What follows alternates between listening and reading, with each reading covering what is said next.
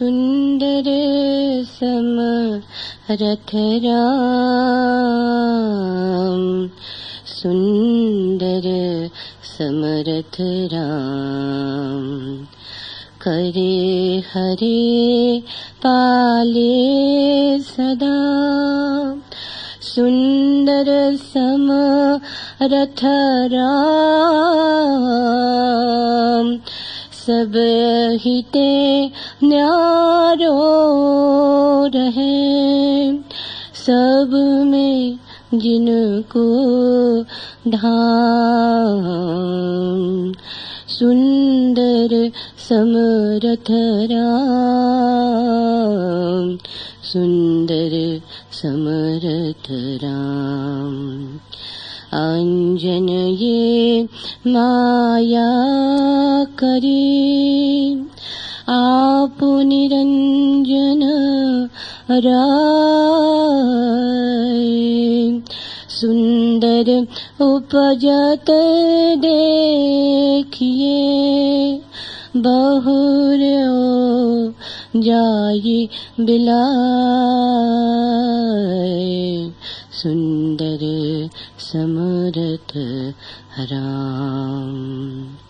सूरती तेरी खूब है, को करी सके बरवान। बानी सुनी सुनी मोहिया, सुंदर सकल जहान। प्रीतम मेरा एक तू, सुंदर और न कोई। गुप्त भया किस कारणे, काहिन प्रकट होई।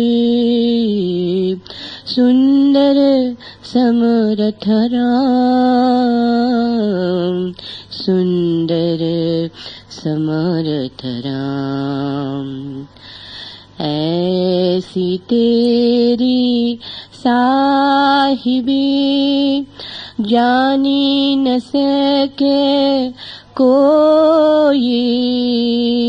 सुंदर सब देखे सुने, काहू लिप्त न होई।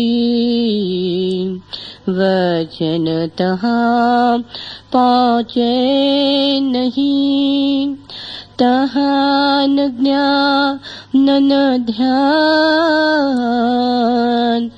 कहत कहत यूं ही कहियो, सुंदर है हैरान। सुंदर समरथ राम।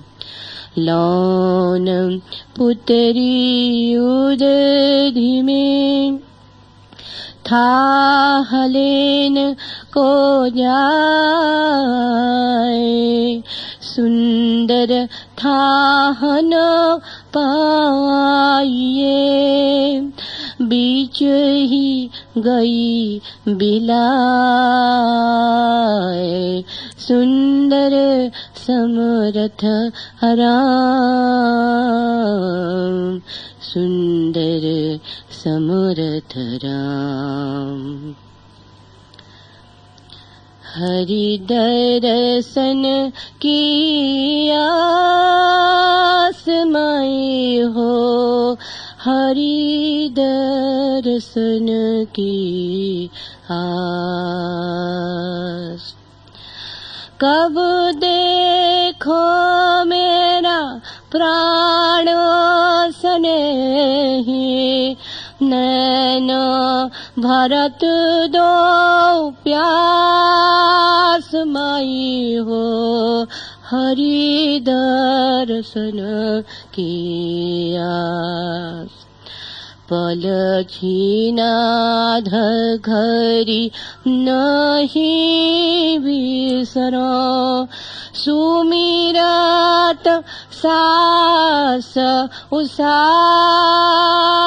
मई हो हरि दर्शन की घर बाहरी मोही कलन परत है घर बाहरी मोही कलन परत है निस दिन रहत उदास मई हो हरि दर्शन की आस ये सोच सोचत मोही सजनी सूके रगत सा मास मई हो हरि दर्शन की आस सुंदर बिरहिनी कैसे जीवे सुंदर बिरहीण कैसे जीवे बिरह बिठात न त्रास बिरह बिठातन त्रास मई हो हरि दर्शन की आस माई हो माई हो माई हो हरि दर्शन की आस।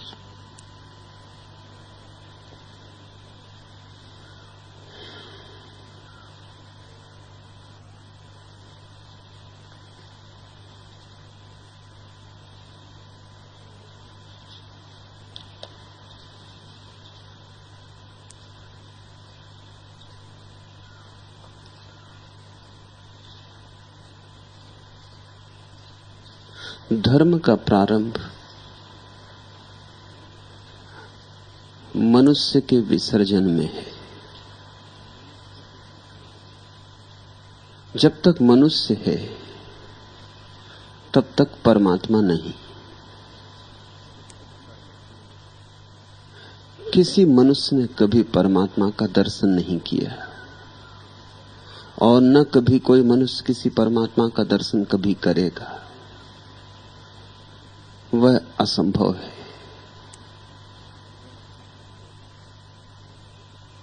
इसलिए असंभव है कि दर्शन की प्राथमिक शर्त यही है कि मनुष्य मिटे, शून्य हो जाए, नकार हो जाए। मनुष्य हटे, द्वार दे तो परमात्मा का आगमन हो। जैसे अंधेरे का और प्रकाश का कभी मिलन नहीं होता, वैसे ही मनुष्य का और परमात्मा का भी कभी मिलन नहीं होता। अंधेरा है तो प्रकाश नहीं, और प्रकाश आया कि अंधेरा नहीं। मनुष्य एक अंधकार है क्योंकि मनुष्य एक अहंकार है। अहंकार और अंधकार आध्यात्मिक अर्थों में पर्यायवाची है। अहंकार आध्यात्मिक अंधकार का नाम है,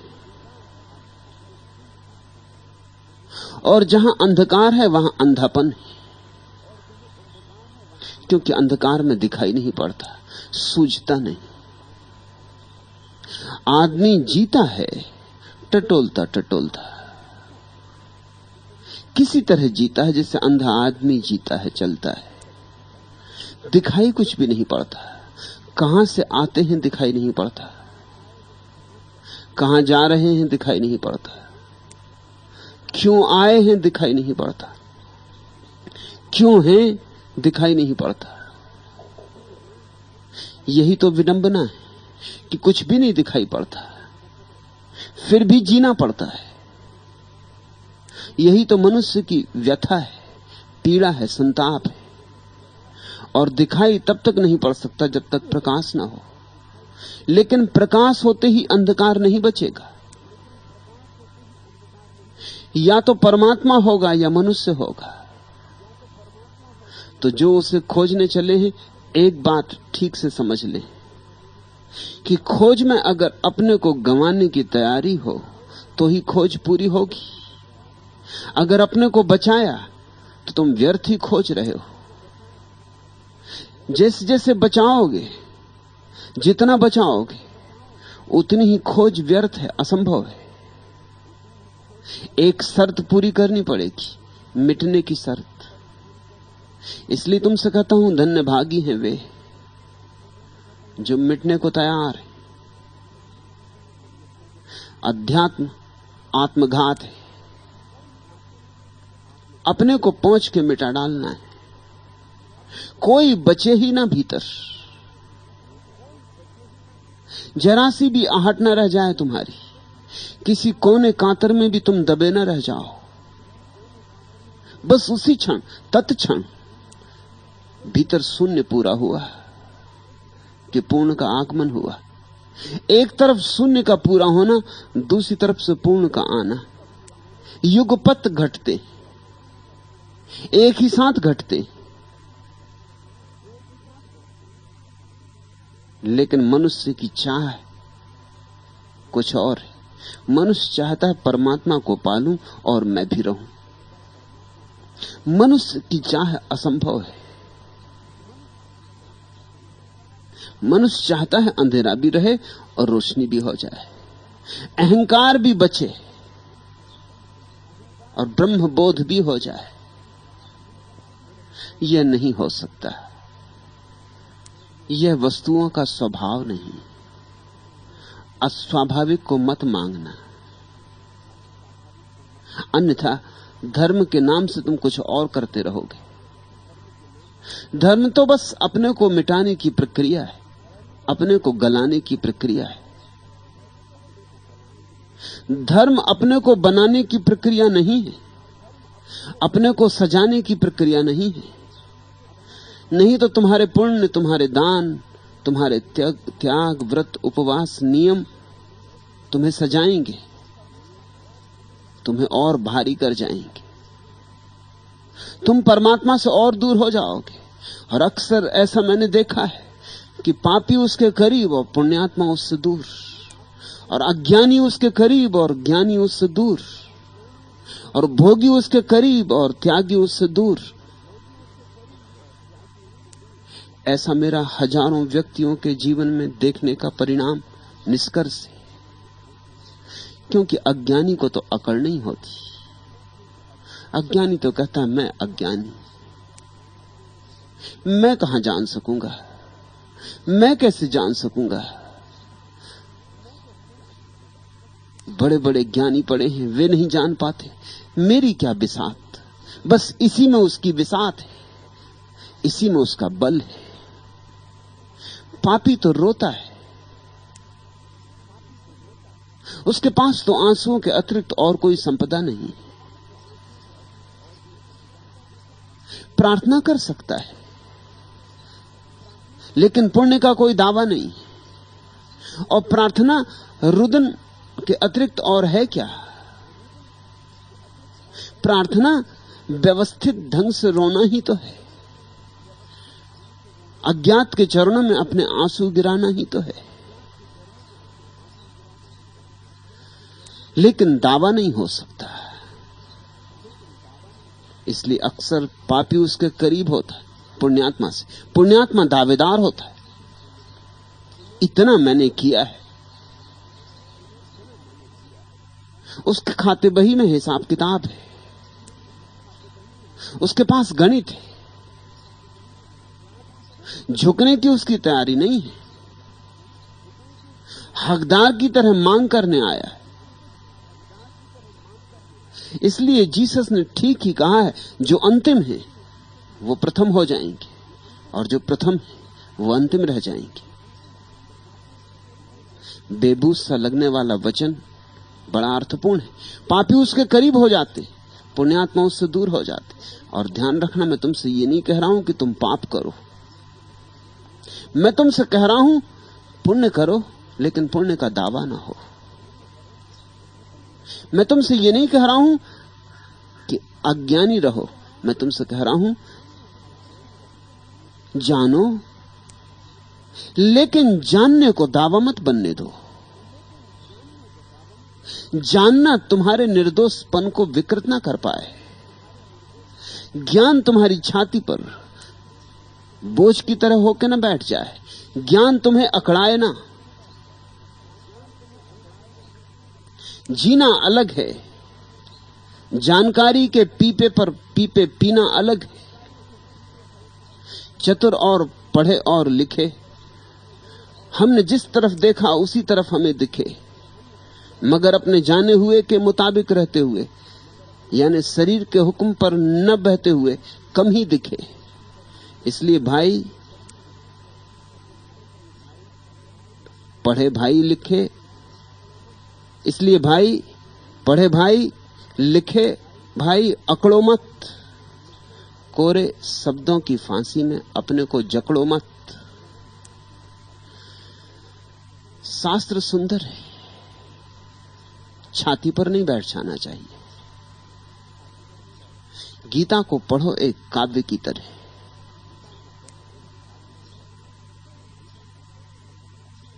वेद को गुनगुनाओ गीतों की भांति। कुरान को उठने दो संगीत की भांति। लेकिन ध्यान रखना, ज्ञान का दावा ना आए। ज्ञान का दावा अटकाता है। तुम बंजर हो जाओगे यदि इतने व्यवस्थित ढंग से रहोगे, यदि इतना सोच समझकर बोलोगे चलोगे, कभी मन की नहीं कहोगे, सच को दबाकर झूठे प्रेम के गाने गाओगे, तो मैं तुमसे कहता हूं तुम बंजर हो जाओगे। ज्ञानी बंजर हो जाते, फिर उनके जीवन में न कोई फूल लगते न फल। और पुण्यात्मा भी बंजर हो जाते, और तुम्हारे महात्माओं में सिवाय दावे के और कुछ भी नहीं बचता। एक थोथी अकड़ बचती।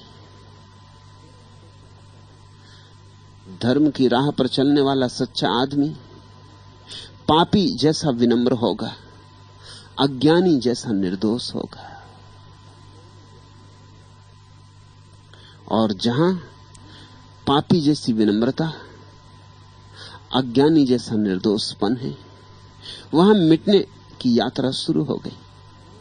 वहां तुम्हारी बर्फ पिघलने लगी, तुम गलने लगी, सूरज उगने लगा, सुबह होने लगी। जल्दी ही तुम पाओगे सूरज सारे आकाश पे छा गया है और तुम्हारा कहीं कोई पता भी नहीं। ऐसे ही एक दिन पाया जाता है कि परमात्मा ने तुम्हें सब ओर से घेर लिया, इतना घेर लिया कि तुम बचे ही नहीं हो। बाहर भी वही है, भीतर भी वही है, रग रग रोए रोए में वही है, श्वास प्रश्वास में वही है। भक्त जब खो जाता है, इतना खो जाता है, तब भगवान की उपलब्धि।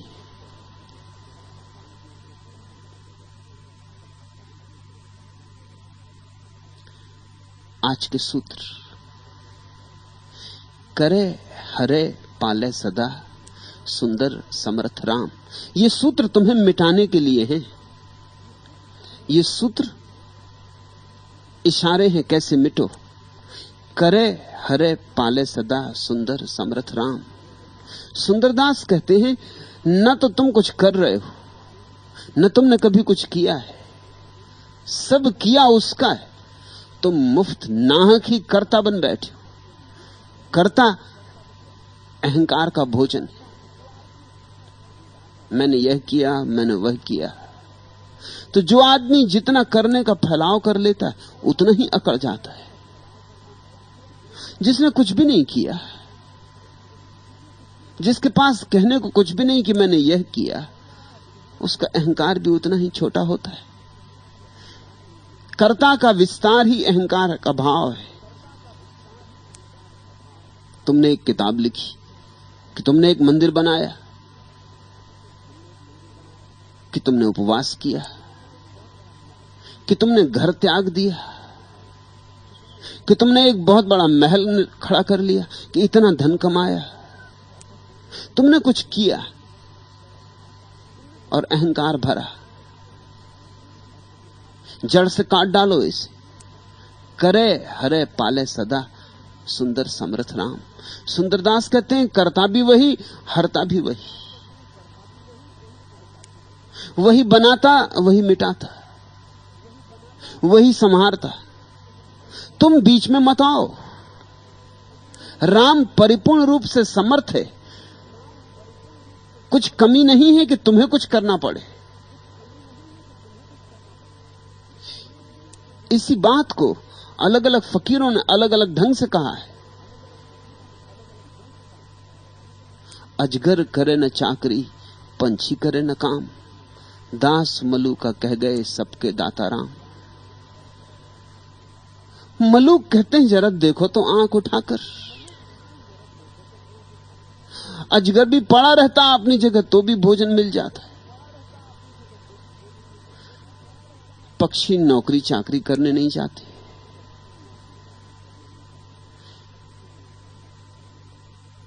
एम्प्लॉयमेंट दफ्तर के सामने क्यू लगा के खड़े नहीं होते, फिर भी भोजन मिल जाता है, फिर भी जीते। तुमसे कुछ कम जीते? सच तो यह है तुमसे ज्यादा जीते। आदमी जमीन पे सबसे कम जी रहा है। करने धरने से फुर्सत मिले तो जिए, करने धरने से फुर्सत नहीं मिल पाती, जिए कैसे? पहले इंतजाम तो जुटा है तब जिए। इंतजाम जुटाते जुटाते ही जिंदगी चूक जाती। आदमी कहता है आज धन इकट्ठा कर लूं कल जीऊंगा, आज मकान बना लूं कल रहूंगा। कल आता नहीं। मकान बनते बनते आदमी के जाने का दिन आ जाता है। किसका मकान कब पूरा बन पाया है? सभी को तो अधूरा छोड़ के जाना पड़ता है। किसकी यात्रा कब पूरी होती? सभी को तो 20 से उठ जाना होता। तुम देखते नहीं रोज लोगों को गिरते और मरते। तुम सोचते उनका काम पूरा हो गया था, तुम सोचते उनके मकान पूरे बन गए थे, तुम सोचते उनकी दुकान पूरी जम गई थी, तुम सोचते हो वह घड़ी आ गई थी जब वे जीना शुरू कर सकते थे, अभी नहीं आई थी। इसलिए तो मृत्यु में इतना दुख होता है। मृत्यु का दुख मृत्यु के कारण नहीं होता। मृत्यु का दुख इसलिए होता है कि जीवन तो जुटाने में बीत गया, जिए तो कभी थे ही नहीं और अब मौत आ गई। जीवन हाथ में था, जिए नहीं क्योंकि जुटाने में लगे रहे साधन। अब मौत आ गई, अब जीने का कोई समय ना बचा। ऐसे ही समझो कि एक आदमी सदा यात्रा की तैयारी करता हो, बिस्तर बांधता हो, संदूक सजाता हो, बस यात्रा की तैयारी ही करता हो, यात्रा कभी भी जाता ना हो। और जब यात्रा की तैयारी करीब करीब पूरे होने को आ जाए तो मौत की घड़ी आ जाए। तुम्हारी जिंदगी ऐसी ही है, तुम इंतजाम करते हो। लोग कहते हैं आज मेहनत कर लें कल भोगेंगे। आज कैसे भोग सकते हैं? आज तो मेहनत कर लेंगे तो कल कुछ बचेगा तो भोगेंगे। फिर कल भी यही होता और परसों भी यही होता, क्योंकि जब भी दिन आता है आज की तरह आता है। और तुम्हारी एक आदत बन गई होती है कल पर स्थगित कर देने की। तुम टालते ही चले जाते, एक दिन मौत आ जाती। आदमी जमीन पर सबसे कम जीता है और सबसे ज्यादा जीने के आयोजन जुटाता है। पशु पक्षियों को जरा गौर से देखो, उनसे कुछ सीखो। जीसस से किसी ने पूछा कि आपके संदेश का सार क्या है, तो तुम चौंकोगे जीसस ने जो जवाब दिया। जीसस ने कहा पक्षियों से पूछ लो, पौधों से पूछ लो, मछलियों से पूछ लो, जरा जिंदगी को गौर से देख लो, मेरा संदेश तुम्हारी समझ में आ जाएगा। देखते हो खेत में खिले हुए लिली के फूलों को, न श्रम करते न मेहनत। और सम्राट सोलोमन भी अपनी पूरी सजावट में इतना सुंदर नहीं था। सोलोमन भी अपने समग्र वैभव में इतना गरिमापूर्ण नहीं था जितना ये लिली के फूल, गरीब लिली के फूल खेत में खड़े, न इनके पास धन है, न पद है, न प्रतिष्ठा है, कुछ भी नहीं, मगर इनका सौंदर्य देखते हो। इन्हीं से पूछ लो, पक्षियों से पूछ लो कि मछलियों से पूछ लो। जीसस क्या कह रहे हैं? जीसस कह रहे हैं जरा आंख खोल के प्रकृति को तो देखो। सारी प्रकृति जी रही है, पौधे भी तुमसे ज्यादा जी रहे हैं, तुमसे ज्यादा रस पी रहे हैं। आदमी सूखता ही चला जाता है, और उसके सूखने की जड़ कहां है? उसे ये अकड़ आ गई कि मेरे किए कुछ होता है, कि मैं कुछ करूंगा तो होगा। तुम मां के पेट में थे 9 महीने तक, किसने तुम्हें भोजन दिया था? मां के पेट में तुम थे तब तुम सांस भी नहीं ले सकते थे, किसने तुम्हें श्वास दी थी? कैसे तुम मां के पेट में 9 महीने तक बड़े हुए? कौन तुम्हें बड़ा करता रहा?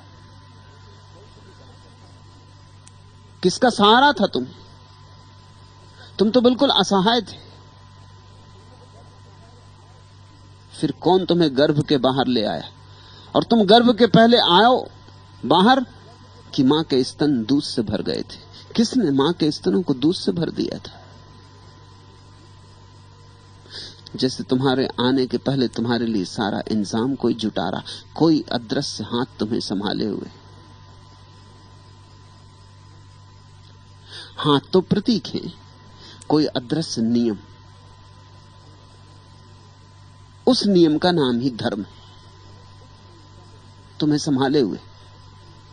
प्रेम की भाषा में कहो तो उस नियम का नाम परमात्मा है।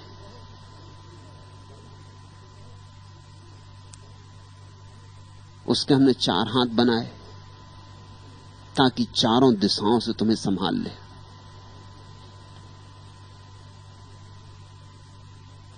उसके हमने 1000 हाथ बनाए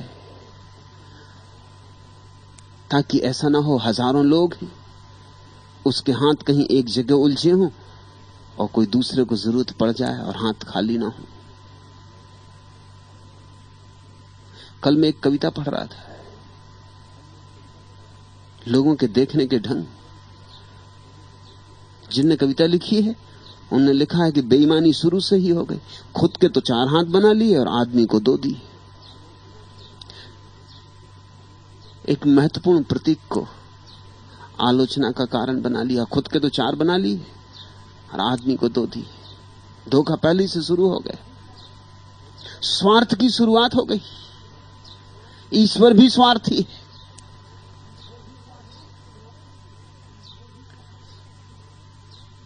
उसके हाथ तुम्हारे लिए, तुम्हारे हाथ भी जिस दिन उसके लिए हो जाएंगे उसी दिन मिलन हो जाएगा। उसके 1000 हाथ भी तुम्हारे लिए, तुम्हारे 2 हाथ भी उसके लिए नहीं। तुम अपनी अलग अकड़ लेके खड़े हो गए हो और तुम अलग हो नहीं, इसलिए अकड़ तुम्हारी भ्रांत है। कोई मनुष्य अकेला होकर जी नहीं सकता। मनुष्य को एक व्यक्ति की तरह देखने में ही भूल हो रही। मनुष्य एक संबंध है, व्यक्ति नहीं। एक रिलेशनशिप, एक व्यक्ति नहीं। और जब मैं कहता हूं मनुष्य एक संबंध है तो मेरा मतलब क्या है? अगर श्वास ना आए तो तुम समाप्त हुए। चारों तरफ जीवन वायु का सागर चाहिए तो ही तुम जी सकते हो। सूरज ना आए तुम समाप्त हुए। सूरज से आने वाली जीवनदायी किरणें होनी चाहिए तो ही तुम जी सकते हो। पानी ना मिले तुम समाप्त हुए। आकाश चाहिए, हवाएं चाहिए, सूरज चाहिए, चांद तारे चाहिए, जल चाहिए, पृथ्वी चाहिए। ये सब हैं तो तुम जीते हो। इन सब के बीच तुम एक संबंध मात्र हो।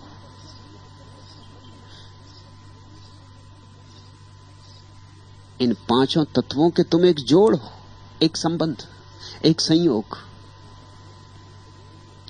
इस संयोग के भीतर एक कुछ ऐसा भी है जो संयोग नहीं है, उसको हमने परमात्मा कहा है। वह तुम नहीं हो, तुम तो संयोग मात्र हो।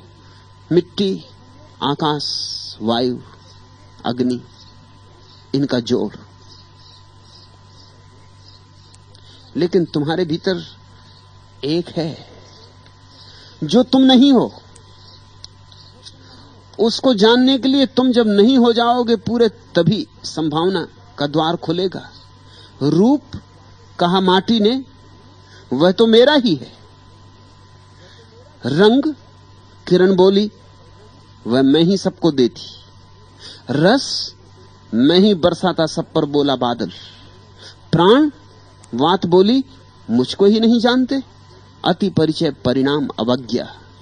शब्द, शब्द ध्वनि के अपार सागर की सीमित एक लहर भर, जो कंठस्थल से टकराकर टूट गई। तरह तरह से तुम जिसको जोड़ा करते हो, बोला अंबर। संपुजन, संघात, सिर्फ संग्रह भर में हूं। बोला अज्ञात नहीं, तुम वह जिसने ली मैं की संज्ञा। संग्रह तुम हो नहीं, संग्रही। संग्रह मात्र अगर बन पाते तो न इस तरह से घबराते और न ऐसे प्रश्न उठाते। एक तुम्हारे भीतर इस सारे संग्रह का साक्षी बैठा है, जो मिट्टी नहीं, जो आकाश नहीं, जो अग्नि नहीं। एक चैतन्य का आवास तुम में, लेकिन उस चैतन्य में तुम्हारा अहंकार बिल्कुल नहीं। व्यक्ति की तरह तुम वहां नहीं हो। वह चैतन्य तो सच्चिदानंद है। मेरा चैतन्य और तुम्हारा चैतन्य अलग अलग नहीं। हम सबका चैतन्य एक ही है। देहें हमारी अलग, आत्मा एक है।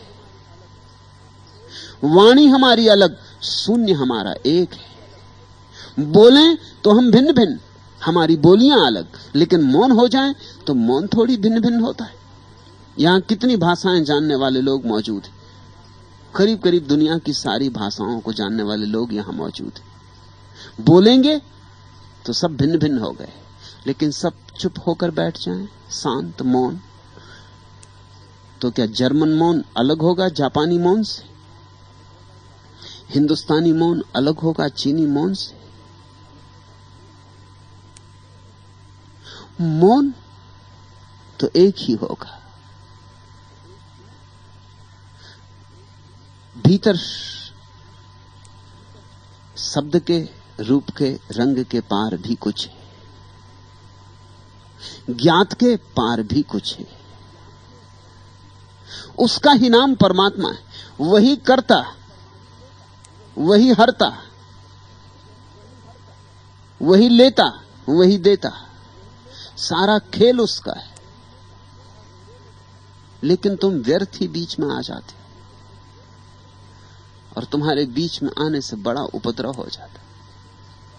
कुछ उसका नुकसान नहीं होता, लेकिन तुम जीवन से वंचित हो जाते हो। धर्म है जीवन को उसकी विराटता में जीना, और तुम क्षुद्र रह जाते हो। धर्म है जीवन को सागर की भांति जीना, और तुम बूंद ही रह जाते हो। तुम नाहक सीमा में आबद्ध हो जाते हो। तुम अपने कारागृह खुद ही निर्मित कर लेते हो। तुम कारागृह बनाने में इतने कुशल हो कि दीवालों पे दीवालों उठाए चले जाते हो। तुम्हें दीवालों से इतना राग है। पहले दीवाल उठा लोगे कि ये भारत, ये अलग हो गया चीन से, ये अलग हो गया अफगानिस्तान से। फिर भारत में सीमाएं उठा लोगे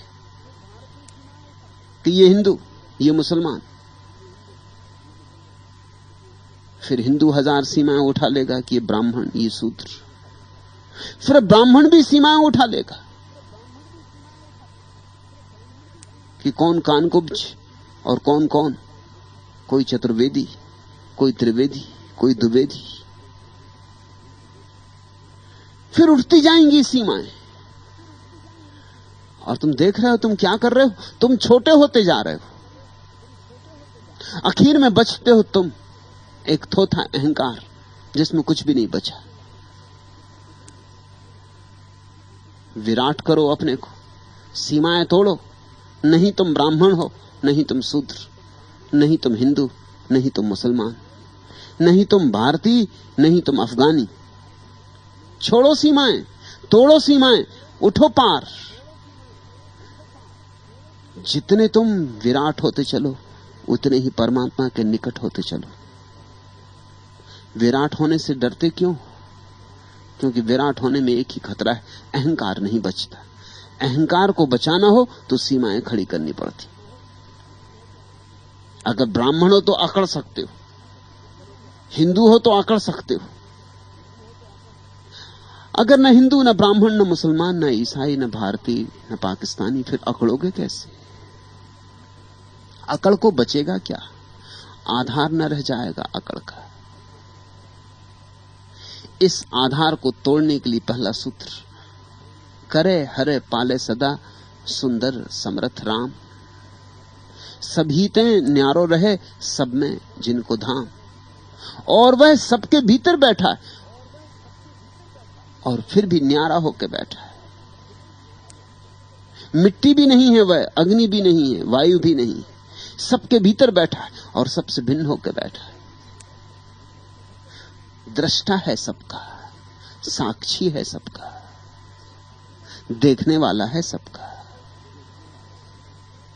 तुम तो नाटक में भी जाते हो तो भूल जाते हो कि देखने आए हो।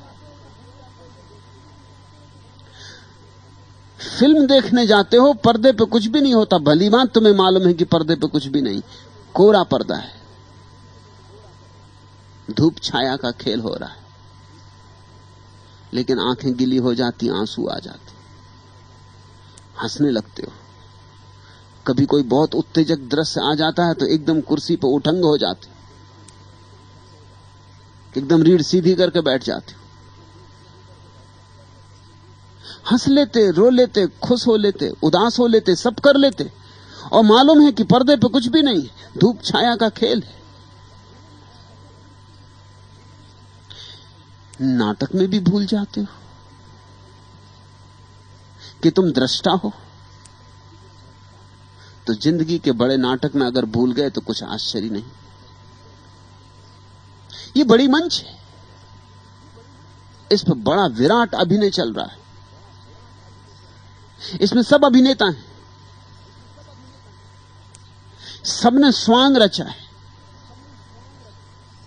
कोई राजा बना है, कोई भिखारी बना है, कोई आदमी है, कोई स्त्री है। अनेक अनेक रंग हैं, अनेक अनेक रूप हैं, लेकिन भीतर एक ही निराकार बैठा हुआ है। जब सब पर्दे गिर जाएंगे तब तुम अचानक हैरान होगे, तब तुम चौंकोगे कि भेद था ही नहीं। जो इस अभेद को चलते खेल में पहचान लेते हैं उनको जीवन मुक्त कहा गया है, जीते जी मुक्त। और जो जीते जी मुक्त है वही मृत्यु में भी मुक्त है। जो जीते जी मुक्त नहीं हो पाया वो मृत्यु में मुक्ति को नहीं जान सकेगा, उसे फिर वापस जीवन में आ जाना पड़ेगा। उसने पाठ ही ना सीखा, उसको फिर उसी कक्षा में वापस आ जाना पड़ेगा। जीवन पाठशाला है। पाठ क्या है? सीखना। एक ही पाठ सीखने का है कि यहां सब अभिनय है और हमारे भीतर दृष्टा बैठा है जो सिर्फ देखता है। सभी ते न्यारो रहे सब में जिनको धाम, अंजन यह माया करी आप निरंजन राई। इतने रंग रूप भरी ये माया बना दी, इतना बड़ा नाटक रचा, और आप दूर खड़ा देख रहा है निरंजन, जरा भी लिप्त नहीं, रंग उस पर लगा नहीं, रंग सब ऊपर ऊपर है। खूब होली खेली जा रही, खूब रंग गुलाल उड़ाई जा रही। फिर घर जाते हो, नहा धो लिए, सब साफ हो गया, तुम तो नहीं रंग पाते। तुम तो निरंजन हो। जब तुम पति बने तब भी तुम पति बने नहीं हो। जब तुम बूढ़े हुए तब भी तुम्हारे भीतर जो है वो बूढ़ा नहीं हुआ है। जब तुम हारे तब भी तुम्हारे भीतर जो है वो नहीं हारा है। ये सब घटनाएं हैं जो बाहर घट रही। ये रंग होली के हैं, उड़ाओ गुलाल, लगाओ रंग, मगर भीतर बैठा है निरंजन। अंजन यह माया करी आप निरंजन राई, सुंदर उपजत देखिए बहरियो जाए बिलाई। कैसी अद्भुत दुनिया बनाई। क्षण में चीजें बनती हैं, क्षण में बिखर जाती, मगर फिर भी हम अंधे क्षण भंगुर को पकड़ लेते, रोते चिल्लाते, बबूलों से राग लगा लेते, फिर बबूले फूटते तो पीड़ित होते।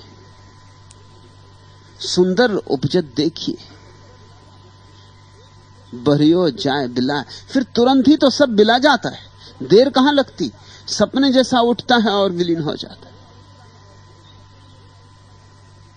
कितने लोग आए और कितने लोग गए। हम भी हैं, हम भी चले जाएंगे, हमारे बाद और लोग आते रहेंगे, आते रहेंगे। सदियों के बाद किसी को पता भी नहीं होगा कि तुम भी कभी थे। मिट्टी मिट्टी में मिल जाएगी, पानी पानी में खो जाएगा। लेकिन अभी तुमने कितना शोरगुल मचा रखा है, अभी तुमने कितना बोझ ले रखा है। सब मिट जाएगा और तुम कितने चिंतातुर होकर बैठे हो कि कहीं कुछ मिट ना जाए, कि वर्षा आ गई कहीं मकान गिर ना जाए। सब गिर जाने वाले। किसी ने जरा सी बात कह दी और तुम इतने पीड़ित हो गए कि रात भर सो ना सके। न तुम बचोगे न वह बचेगा। कितने लोग इस जमीन पर रहे, लड़े झगड़े, एक दूसरे को काटा पीटा, विदा हो गए। किसी की याद है तुम्हें? क्या तुम सोचते हो तुम्हें ही पहली दफा गाली दी गई? जिनको गालियां दी गई थी, अपमान हुए थे, लड़े थे, झगड़े थे, वे सब कहां हैं? आज मिट्टी में तलाश करोगे तो पता लगा पाओगे कि कौन सी मिट्टी विजेता की है और कौन सी मिट्टी हारे हुए की, कौन सी मिट्टी सिकंदर की और कौन सी मिट्टी गुलाम की। मिट्टी तो सब मिट्टी है, राख तो बस राख है। जहां सब उठता है और गिर जाता है, वहां हम छोटी छोटी चीजों को कितने जोर से पकड़ते हैं। उसी जोर से पकड़ने में हम पीड़ित होते हैं, परेशान होते हैं। और जब कोई लहरों को पकड़ेगा तो दुखी होगा, क्योंकि लहरें पकड़ में नहीं आती। क्षण भंगुर को पकड़ेगा, बेचैन होगा ही, क्योंकि क्षण भंगुर तुम्हारे पकड़ के कारण शाश्वत नहीं हो सकता। और हमारी यही असंभव चेष्टा चल रही कि क्षण भंगुर शाश्वत हो जाए। हम क्षण को शाश्वत बनाना चाहते। जहां परिवर्तन ही सत्य है, वहां हम चीजों को स्थिर करना चाहते हैं, ठहराना चाहते हैं। यहां कुछ भी ठहरता नहीं। इससे हम इतने दुखी हैं, इतने पीड़ित हैं। आज धन है, कल चला जाएगा। तुम पकड़ रखना चाहते हो कि रहना ही चाहिए। आज तुम सफल हो, कल असफल हो जाओगे। आज तुम्हारे गले में विजय की माला है, कल ये फूल कुम्हला जाएंगे। ये माला किसी और के गले में होगी, तब तुम पीड़ित होगे, तब तुम दुखी होगे। सुंदरदास इशारा क्या कर रहे हैं? वे कह रहे हैं, देखो सब, किसी भी चीज से जकड़ो मत। जो आए आने दो, जो जाए जाने दो।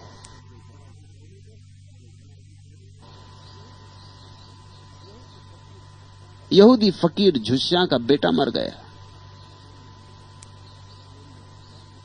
तो वो नाचता हुआ उसे मरकट विदा करने गया। लोगों ने समझा पागल हो गया।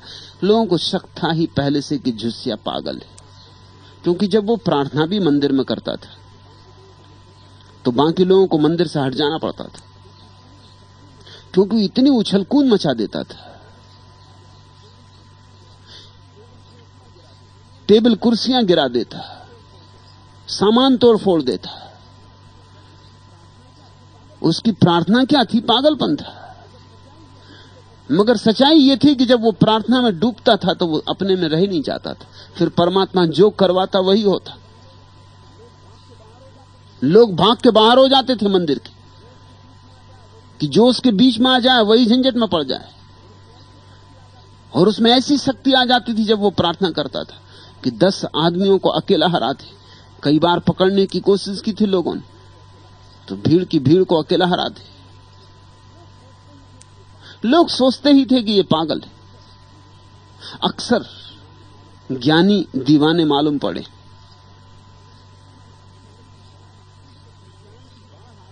ज्ञान की बाढ़ आती है तो दीवानापन भी आता है। और जब बेटे को विदा करने चला, जवान बेटा मर गया और नाचने लगा, तो लोगों ने कहा ये पागल, हम जानते। लेकिन वो परमात्मा से कह रहा था कि तूने भेंट दी थी, आज तूने वापस ले ली। इतने दिन जितनी तरह संभाल हो सकी मैंने की, कुछ भूल चूक हुई हो तो क्षमा करना। लेकिन तूने मुझे इस योग्य माना था कि इतने दिन के लिए ये अमानत रखने को दी थी, उसका धन्यवाद तो दूं, इसलिए नाचता हूं। तूने मुझे किसी योग्य तो समझा, अपने किसी प्यारे को इतने दिन के लिए मेरे पास भेज दिया था। खुश हूं कि जैसा तूने भेजा था वैसा ही वापस कर रहा हूं, जरा भी बिगाड़ नहीं हुआ है। और खुश हूं कि जरा भी मेरा लगाव नहीं, और ऐसा भी नहीं था कि जब बेटा मेरे पास था तो मैंने उसकी चिंता फिक्र न ली हो।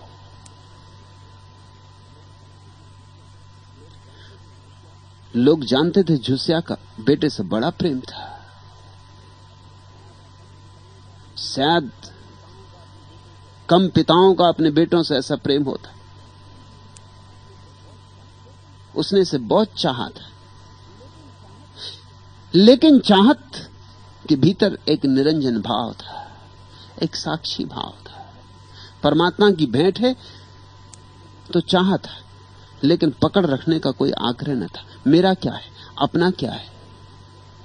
सुंदर उपजत देखिए बहरियो जाए बिलाए। यहां तो चीजें बनती और गिरती रहती, उठा पानी में बबूला और मिठा।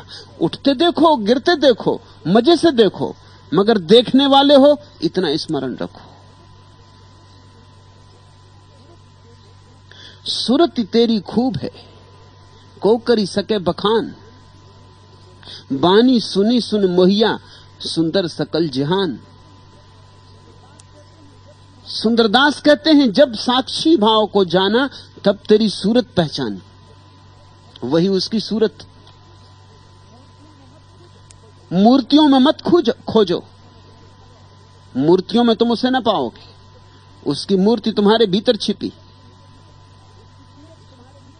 उसकी सूरत तुम्हारे भीतर छिपी। उसकी सूरत साक्षी भाव है। अगर उसका चेहरा देखना है तो साक्षी हो जाओ। अच्छा हो तो, बुरा हो तो, सुदिनाएं तो, दुर्दिनाएं तो, सफलता तो, असफलता तो, सुख दुख, जीवन मरण, जो भी आए उसे तुम निसंग भाव से देखते रहो। तुम्हें उसकी सूरत पहचान में आ जाएगी, क्योंकि वह साक्षी रूप है। सूरत तेरी खूब है। और सुंदरदास कहते हैं जब देखा, कर्तापन से अपना भाव हटाया और साक्षीपन में डूबा, तब तेरी सूरत पहचानी। और तेरी सूरत खूब है। खूब चमत्कार किया है कि इतने पास बैठा है और ऐसा लगता है करोड़ों मील दूर है। और तेरी सूरत खूब है कि न रंग है न रूप है, फिर भी है। तेरा चेहरा खूब है, किसी दर्पण में इसकी छाया नहीं बनती, कोई इसका चित्र नहीं बना सका। सूरत तेरी खूब है को करी सके बखान। आज तक कोई भी उसका वर्णन नहीं कर पाया। तुम मुझे शब्दार्थ बनाना चाहते हो? नहीं, यह संभव नहीं, कभी नहीं। विवश मत करो। लहरों के सीपों में बंद होने के लिए मंत्र तो स्वयं दृष्टा है, फिर प्रश्न चिन्ह उसकी पूर्णता पर लगाना क्या पराभव नहीं उसकी पवित्रता का? मुक्त मना सरल विहक से उसका आकाश मत छीनो। युगों की अनुभूति को पल भर में मत बीनो। क्या मैं एक संपूर्ण बोध में क्षण नहीं? जो तुम निर्मम हो त्रिकाल में बार बार विभक्त करते हो और अव्यक्त की गरिमा को खंडित और व्यक्त करते हो, वह अव्यक्त है, उसकी गरिमा को व्यक्त करके खंडित मत करो। और वह आकाश की तरह, तुम उसे मुट्ठियों में बंद न कर सकोगे। विवश मत करो लहरों के सीपों में बंद होने के लिए। तुम सागर की लहरों को सीपों में बंद नहीं कर सकते हो। कर भी लोगे तो वे सागर की लहरें न रह जाएंगी। तुम इस विराट आकाश को मुट्ठी में बंद नहीं कर सकते हो। जैसे जैसे मुट्ठी बंधेगी आकाश बाहर हो जाए। परमात्मा पारे जैसा तरल है, बांधोगे नहीं पकड़ पाओगे।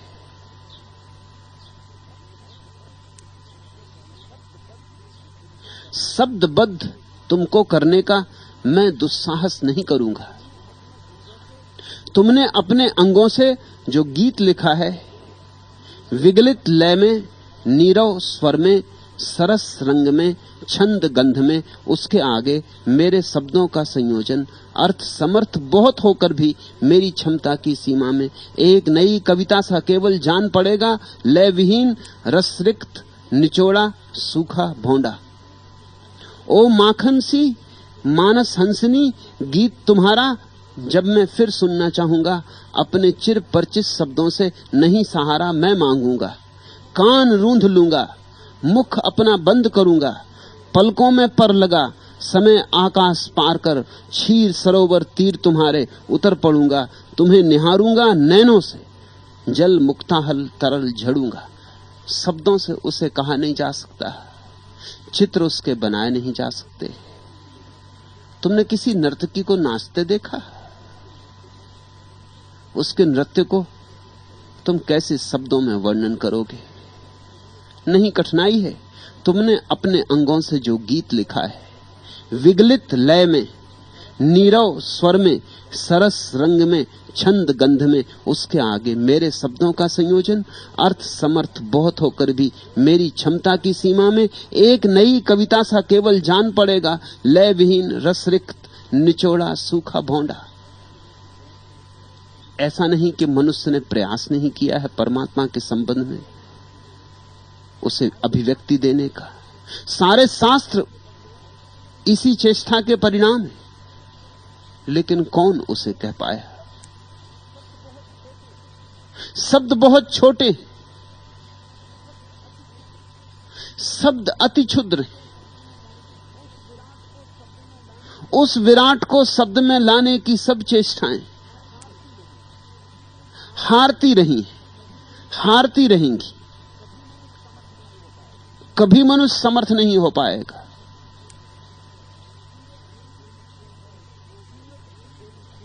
सूरत तेरी खूब है, को करी सके बखान, बानी सुन सुन मोहिया, सुंदर सकल ध्यान। लेकिन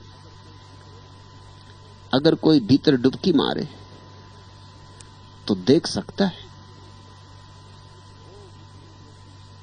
ओ माखन सी, मानस हंसनी, गीत तुम्हारा जब मैं फिर सुनना चाहूंगा, अपने चिर परिचित शब्दों से नहीं सहारा मैं मांगूंगा। कान रूंध लूंगा, मुख अपना बंद करूंगा, पलकों में पर लगा समय आकाश पार कर, क्षीर सरोवर तीर तुम्हारे उतर पड़ूंगा। तुम्हें निहारूंगा नैनों से, जल मुक्ताहल तरल झड़ूंगा। जब उसे जानना हो तो आंखें बंद कर लेना, कान रूंध लेना, बोलना खो जाए, शब्द विदा हो जाए, मन शून्य हो जाए और तत्क्षण उसका अनाहत नाद सुना जाता है, उसका अरूप रूप प्रकट होता है, उसका निराकार आच्छादित कर लेता है तुम्हें। उसका अनिर्वचनीय रूप तुम्हारे प्राणों में रस होके बरसता है, छंद होके झकता है। उसे सुना जा सकता, उसे देखा जा सकता है, उसकी वाणी भीतर सुनी जा सकती है। इस भीतर की वाणी को संतों ने शब्द कहा है। शब्द का अर्थ है तुम्हारे उपयोग में आने वाले शब्द नहीं। शब्द का अर्थ है तुम्हारा शब्द नहीं, उसका। उसे ओंकार का नाद कहा है। अगर तुम चुप हो जाओ तो वह बोले, अगर तुम बिल्कुल नीरव हो जाओ तो उस नीरवता में उसके सूक्ष्म स्वर पकड़े जा सकते, उसकी संगीत की लहरें इस क्षण भी मौजूद है, मगर तुम्हारा कोलाहल इतना है जैसे कोई बीच बाजार में धीमे धीमे बांसुरी बजाता हो। किसको सुनाई पड़े? जहां कोलाहल भारी हो वहां वेणु के स्वर खो जाएंगे। लेकिन अगर कोई सुनना चाहे बीच बाजार में भी शांत होकर, तो उतने कोलाहल में भी वेणु के छोटे छोटे धीमे धीमे स्वरों को पकड़ पाएगा। तुम्हारा ध्यान जाना चाहिए एकाग्र होकर एक दिशा में। जो भीतर की दिशा में जाता है वह पाता है। उसकी सूरत भी, उसकी मूरत भी, उसकी वाणी भी शास्त्रों का शास्त्र उपलब्ध होता है। उस स्वर में स्नान करके ही पवित्रता उपलब्ध होती। उस स्वर में स्नान किया कि पुण्य हुआ। वही है गंगा असली।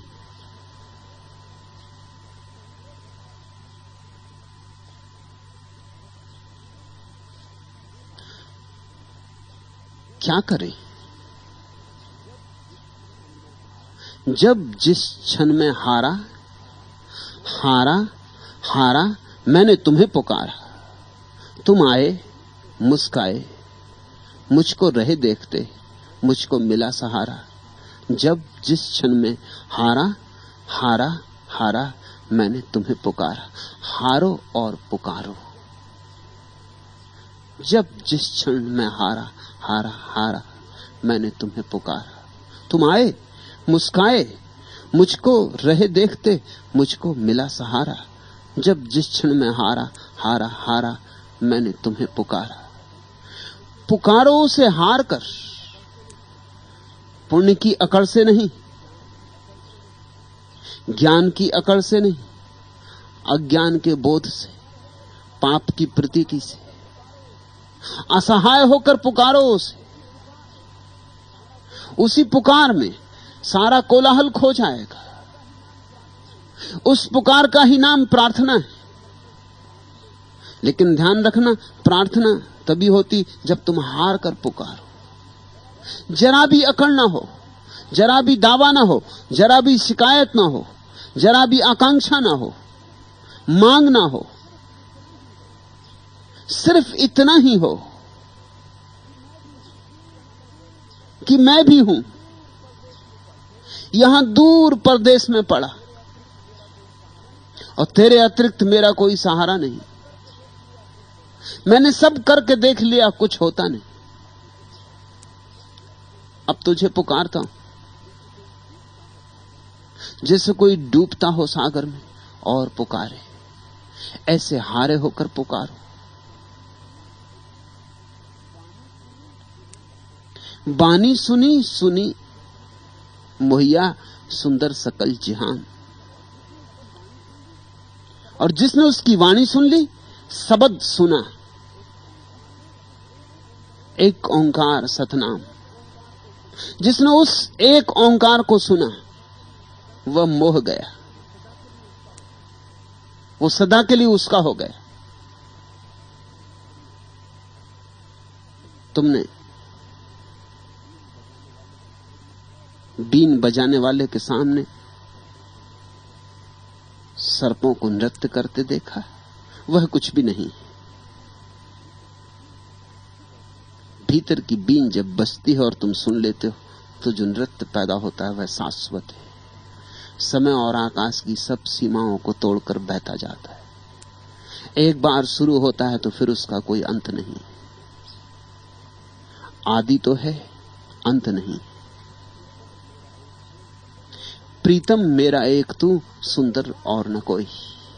बस एक बार उसकी शकल झलक जाए,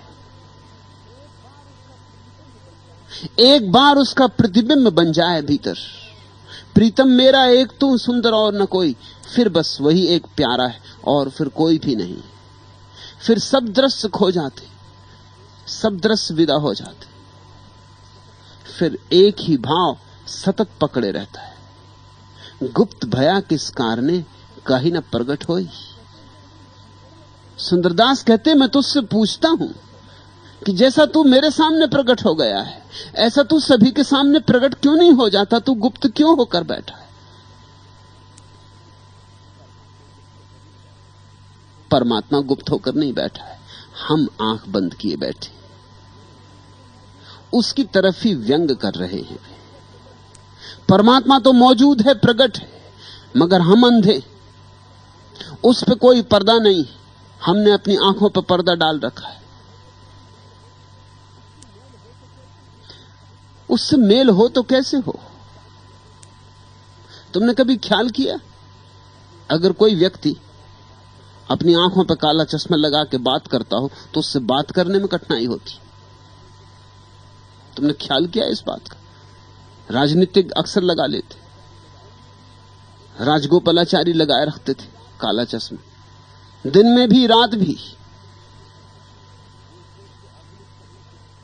वो इस देश के आधुनिक चाणक्य थे।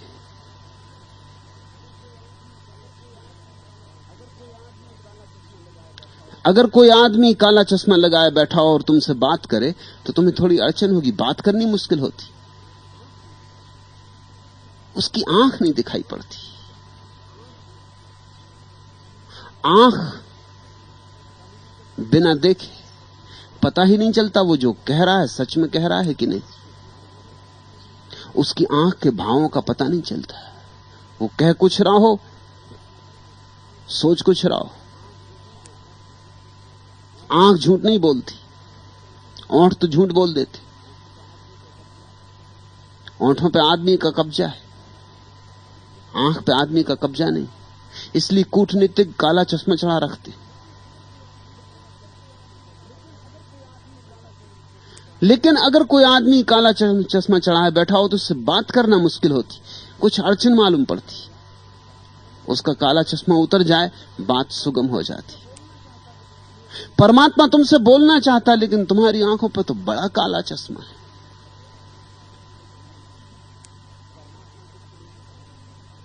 परमात्मा गुप्त नहीं, तुम्हारी आंखों पर अंधकार का चश्मा है और तुम अंधकार को जोर से पकड़े हुए हो। तुमने अंधकार को संपत्ति समझा है, तुमने अहंकार को अपना समझा है, और जब तक तुमने अहंकार को अपना समझा है तब तक परमात्मा की वाणी तुम्हें सुनाई नहीं पड़ सकती। सुन भी लोगे तो कुछ का कुछ अर्थ करोगे। गुप्त भया किस कारणे काहि न प्रगट होई। ऐसी तेरी साहिबी जान न सके कोई। जब कोई देख लेता है उस मालिक को तब पहचानता है, ए मालिक, ऐसी तेरी साहिबी जान सके न कोई। भीतर छुपा है, सारा अस्तित्व तेरा है।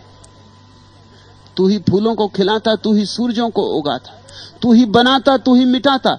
करे हरे पाले सदा सुंदर समर्थ राम। और पता नहीं चल रहा है तेरा, किसी को कानों कान खबर नहीं हो रही कि इतना बड़ा विराट आयोजन तू कर रहा है। लोग तो छोटा मोटा आयोजन करते हैं तो शोरगुल मचा देते, बैंड बाजा बजा देते, लाउड स्पीकर लगा देते, अखंड कीर्तन करवा देते। कीर्तन होता है, कीर्तन नहीं। न खुद सोते न मोहल्ले वालों को सोने देते। जरा सा कुछ हुआ कि लोग उपद्रव मचा देते। तू इतना विराट आयोजन कर रहा है और तेरा किसी को पता भी नहीं। लाओ त्सु का प्रसिद्ध वचन कि सम्राट अगर सच में सम्राट हो तो लोगों को पता ही नहीं होता कि वह है, उसकी मौजूदगी ही पता नहीं चलती। फिर कुछ कम हो, थोड़ा एक कोटि नीचे हो तो लोगों को पता चलता है कि सब वही कर रहा है। फिर अगर और एक कोटि नीचे हो तो लोगों को शिकायत होती है कि बुरा भी वही कर रहा है। और अगर एक कोटि नीचे हो तो लोग उसको मारने मिटाने को राजी तत्पर हो जाते, बगावतें पैदा होती, क्रांतियां होती।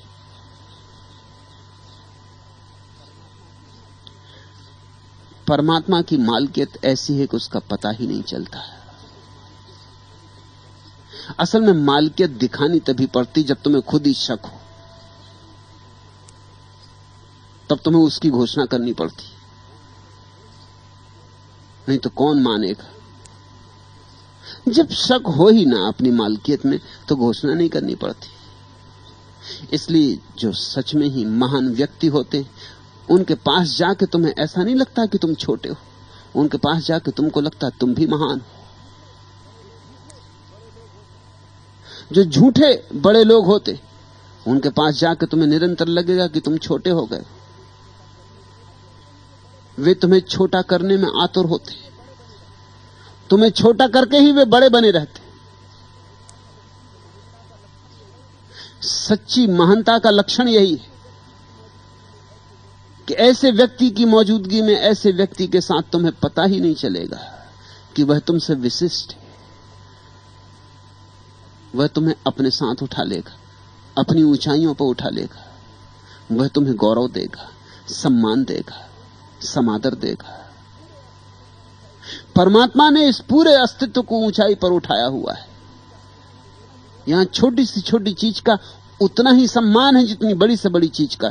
एक ओस की बूंद की उतनी ही चिंता है जितनी बड़े से बड़े सागर की।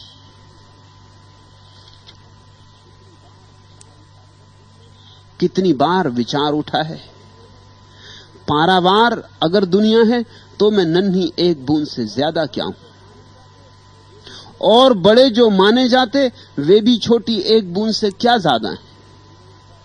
पर आंखों के आगे दुनिया का यह रूपक बहुत देर तक नहीं ठहरता। सागर गायब हो जाता है, बूंदें बूंदें रह जाती हैं, तुलना करती हुई परस्पर। कोई बनती बड़ी, बड़ी होकर अभिमानी, कोई छोटी अनुभव करके शर्माती। ओ मेरी चिरचपल चेतने, मुझे सर्वदा इस जगती के सिंधु तीर पर सुस्थिर रखो। मैं सागर सापेक्ष दृष्टि से अपने को देखूं प्रत्येक बिंदु को, नहीं किसी से बड़ा न छोटा, हीन किसी से, सजल तरल साधारण, सबके साथ बराबर, सबके प्रति अर्पित संवेदन, स्नेह समादर। उसकी आंखों में तो सागर और बूंद में भी कोई फर्क नहीं है। और यहां तो कोई बूंद जरा सी बड़ी हो तो छोटी बूंदों के सामने अकड़ के खड़ी हो जाती। छोटी बूंदों को छोटा दिखलाने लगती। ये क्षुद्रता का लक्षण। परमात्मा की मालकियत ऐसी, उसकी साहिबी ऐसी, ऐसी तेरी साहिबी जान सके न कोई, किसी को पता ही नहीं चलने देता है। लोग अकड़ जाते हैं, करता तू है, लोग समझते हैं वे कर रहे हैं, फिर भी तू नहीं कहता कि ये तुम क्या कह रहे हो, मैंने किया। तू उन्हें अकड़ने देता है। ऐसी तेरी साहिबी, ये तेरी साहिबी का असली रूप, यही महानता का, यही विराटता का असली अर्थ है।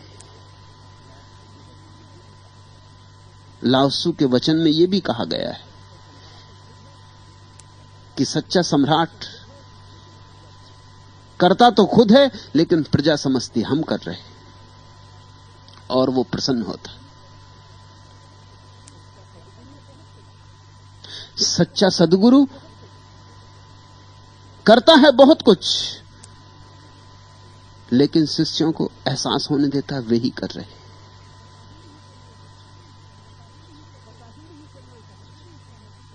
पता ही नहीं चलना चाहिए। असली साहिबी का पता नहीं चलता, उसकी कोई बाजार में नुमाइश नहीं करनी होती। ऐसी तेरी साहिबी जान न सके कोई, सुंदर सब देखे सुने काहू लिप्त न होई। और तू सब देखता रहता, सब सुनता रहता और किसी बात में लिप्त नहीं होता। वचन तहां पहुंचे नहीं, तहां न ज्ञान न ध्यान। वहां वचन तो पहुंचता ही नहीं, जानना भी नहीं पहुंचता। वहां तो प्रीति पहुंचती है, जानना नहीं, ज्ञान नहीं। वहां तो प्रेम पहुंचता है, वहां ध्यान भी नहीं पहुंचता। जब तक ध्यान है तब तक अभी वहां नहीं पहुंचे। वहां पहुंचते ही ध्यान विदा हो जाता है, और ध्यान जहां विदा हो जाता उस अवस्था का नाम समाधि। ख्याल रखना, समाधि न तो जानने का नाम है। समाधि में न कोई जानने वाला बचा, न जाना जाने वाला, न कोई ज्ञाता, न कोई ज्ञेय, न कोई दृष्टा, न कोई दृश्य। ध्यान में दो होते, ध्यान करने वाला और जिस पर ध्यान कर रहा है। ध्यान में भेद होता है, ज्ञान में भी भेद होता है। कोई जान रहा है, कोई जाना जा रहा है। सुंदरदास कहते हैं वहां न ज्ञान पहुंचता न ध्यान।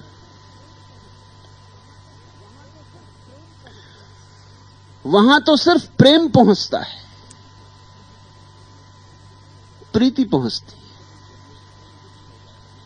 कभी कभी जब मैं चुप हो जाता हूं तो पाता हूं अनछुई गहराइयों तक खोलती है चुप्पी मुझे, पूर्ण विराम तक बोलती है।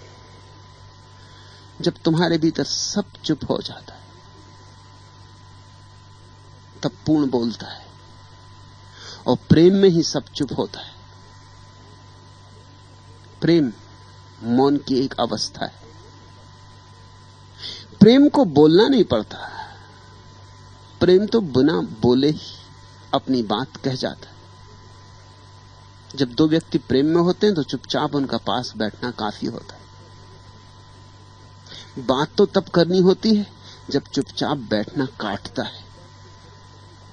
प्रेमी चुप बैठते पति पत्नी बात करते। पति पत्नी बात ना करें तो उनको अड़चन होती कि फिर करें क्या, तो कुछ ना कुछ बात करनी होती, कम से कम बात बीच में बनी रहती। अगर बात बीच में ना हो तो टूट गए। पति वहां दूर, पत्नी वहां दूर, बीच में कोई सेतु ना रहा। प्रेमी चुप बैठते, हाथ में हाथ लिए बैठे होंगे, चुप बैठे रहेंगे घंटों। चुप्पी काफी है। प्रेम चुप्पी में भी बहता है, चुप्पी में ही बहता है। ऐसे ही भक्त परमात्मा के पास चुप बैठ जाता है। कभी गाता है मगर उसका गाना भी कुछ कहना तो नहीं। कभी रोता है मगर उसका रोना भी कुछ कहना तो नहीं, क्योंकि वचन तो वहां पहुंचते नहीं। वचन तहां पहुंचे नहीं, तहां न ज्ञान न ध्यान। कहत कहत यूं ही कहो सुंदर है हैरान। बड़ी प्यारी बात कही। सुंदर कहते हैं मैं ये इतनी बातें कहते कहते कह गया, अब मैं हैरान हूं कि काहे को कहीं, किस लिए कहीं। वचन तो वहां पहुंचते नहीं। कहत कहत यूं ही कहो सुंदर है हैरान। अब मैं बड़ा चकित हो रहा हूं कि मैं क्यों ये बातें कहे जा रहा हूं। समस्त बुद्धों को यह अनुभव हुआ है। जानते हैं कि कहा नहीं जा सकता और कह रहे हैं, रोज कह रहे हैं, सुबह कह रहे, सांझ कह रहे, उठते बैठते कह रहे हैं, और जानते हैं कहा नहीं जा सकता। क्यों कह रहे हैं? इतना तो पक्का है कि उसे नहीं कहा जा सकता। लेकिन फिर इस कहने का क्या प्रयोजन होगा? इसका प्रयोजन कुछ और है। जिन्हें उसकी कोई भी खबर नहीं, उनके कान में भनक ही पड़ जाए, इतना इशारा भी पड़ जाए कि ऐसा भी कुछ होता है, ऐसी तेरी साहिबी। शब्द भी कान में पड़ जाए, समझ में भी ना आए। करे हरे पाले सदा सुंदर समर्थ राम।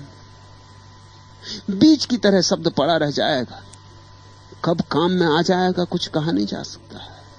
और फिर कहत कहत यूं ही कहो। सुंदरदास कहते हैं कि अब तो मेरा कहने वाला भी मेरे भीतर नहीं रहा, अब तो तू ही है। तूने ही कहलवा दिया होगा, इसलिए मैं हैरान हो रहा हूं कि मामला क्या है। ये कौन मेरे भीतर बोल गया, मुझे बुला गया। जैसी तेरी मर्जी। कहत कहत यूं ही कहो सुंदर है हैरान। न 27 की तमन्ना, न सिले की परवाह, गर नहीं है मेरे असआर में मानी न सही। गालिब के इन प्रसिद्ध शब्दों को समझो। न सताइश की तमन्ना, न तो प्रशंसा की कोई इच्छा है, न सिले की परवाह, न पुरस्कार की कोई आकांक्षा है। गर नहीं है मेरे अशआर में मानी ना सही, और अगर मेरे गीतों में कुछ अर्थ भी ना हो तो भी चलेगा। न होने दो अर्थ, मगर अब कोई गा रहा है, कोई भीतर उठा रहा है, मेरे बस के बाहर है। किसी ने तार छेड़े, गीत उठेगी। न मिले प्रशंसा, न हो पुरस्कार। इतना ही नहीं, मेरे शब्दों में अर्थ भी किसी को मालूम न पड़े तो भी मजबूरी है। कहत कहत यूं ही कहो सुंदर है हैरान, लोन पुतरी उदधि में था लेन को जाई, सुंदर थाई न पाइए बिछी गई बिलाई। सुंदर कहते हैं मेरी हालत तो उस लोन की पुतली की तरह, नमक की पुतली की तरह जो सागर की थाह लेने गई थी। मैं भी तेरी थाह लेने चला था, ए मेरे मालिक, ऐसी तेरी साहिबी कि मैं भी तेरी थाह लेने चला था। मैं भी खोजने चला था कि तू कौन है, क्या है, कहां है। मेरी वही दशा हुई जो नमक के पुतले की हुई थी। मैं तो खो ही गया। अब तू मिला है जब मैं नहीं हूं। आ गए तुम आज, इतने दिन बिताकर आज आओ। बहुत दिन मैंने तुम्हारी राह देखी, बहुत दिन मैंने तुम्हारा दिन गिना है। बहुत मुख से प्रेम से चुपचाप मैंने बहुत दिन तन में तुम्हारा गुण सुना है। राह वह बदली कहां से कहां पहुंची, जहां प्राह मैं प्रतीक्षा किया करता था। दिन गए आए अनेक, क्या कहूं पावस शरद ऋतुराज कितने खो गए। गुण तुम्हारा इस तरह मैंने गुना कि मैं केवल तुम्हारा गुण रह गया। आज जब मैं नहीं हूं, आ गए तुम आज, इतने दिन बिताकर आज आओ। आता ही परमात्मा तब है जब भक्त उसके गुण गाते गाते गाते गाते विलीन हो जाता है। लोन पुतरी उदधि में थाई लेन को जाई, सुंदर थाई न पाइए बिछी गई बिलाई। तेरी थाय तो न मिली, खुद खो गए, ये भी खूब सौदा हुआ। पाने चले थे, तू तो जैसा अथाय था वैसा ही अथाय अब भी है। जैसा रहस्यपूर्ण पहले था वैसा ही रहस्यपूर्ण अब भी है। जितना अज्ञात और अज्ञेय पहला था, उतना ही अज्ञात और अज्ञेय अब भी है। और ये सौदा खूब हुआ, बीच में हम खो गए। तू तो पकड़ में आया नहीं, हम भी हाथ से गए। मगर यह घड़ी आनंद की घड़ी है, क्योंकि यही उसका तुम्हारे भीतर आने का ढंग है। आ गए तुम आज, इतने दिन बिताकर आज आओ। बहुत दिन मैंने तुम्हारी राह देखी, बहुत दिन मैंने तुम्हारा दिन गिना है। बहुत मुख से प्रेम से चुपचाप मैंने बहुत दिन तन में तुम्हारा गुण सुना है। राह वह बदली कहां से कहां पहुंची, जहां प्राह मैं प्रतीक्षा किया करता था। दिन गए आए अनेक, क्या कहूं पावस शरद ऋतुराज कितने खो गए। गुण तुम्हारा इस तरह मैंने गुना कि मैं केवल तुम्हारा गुण रह गया। आज जब मैं नहीं हूं, आ गए तुम आज, इतने दिन बिताकर आज आओ। वह आता तभी है। माई हो हरि दर्शन की आस, इसलिए जिन्हें उसको पाने की आकांक्षा हो वे मिटने के लिए तैयार हो जाएं। इससे सस्ते में मिलन नहीं होता, इतनी कीमत चुकानी ही पड़ेगी। और ये कोई बड़ी कीमत नहीं है, क्योंकि तुम हो क्या, तुम्हारे पास खोने को है भी क्या।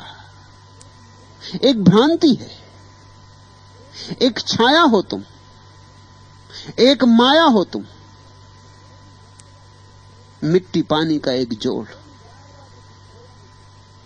ये खो भी जाएगा तो कुछ खोया नहीं।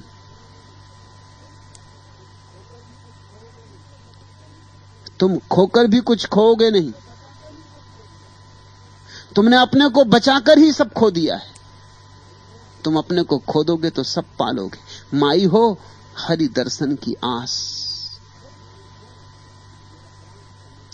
कब देखो मेरा प्राण सनेही, नैन मरत दो प्यास। प्रार्थना ऐसी हो जानी चाहिए कि आंखें जलते हुए अंगारे हो जाएं, प्यास की लपटें हो जाएं।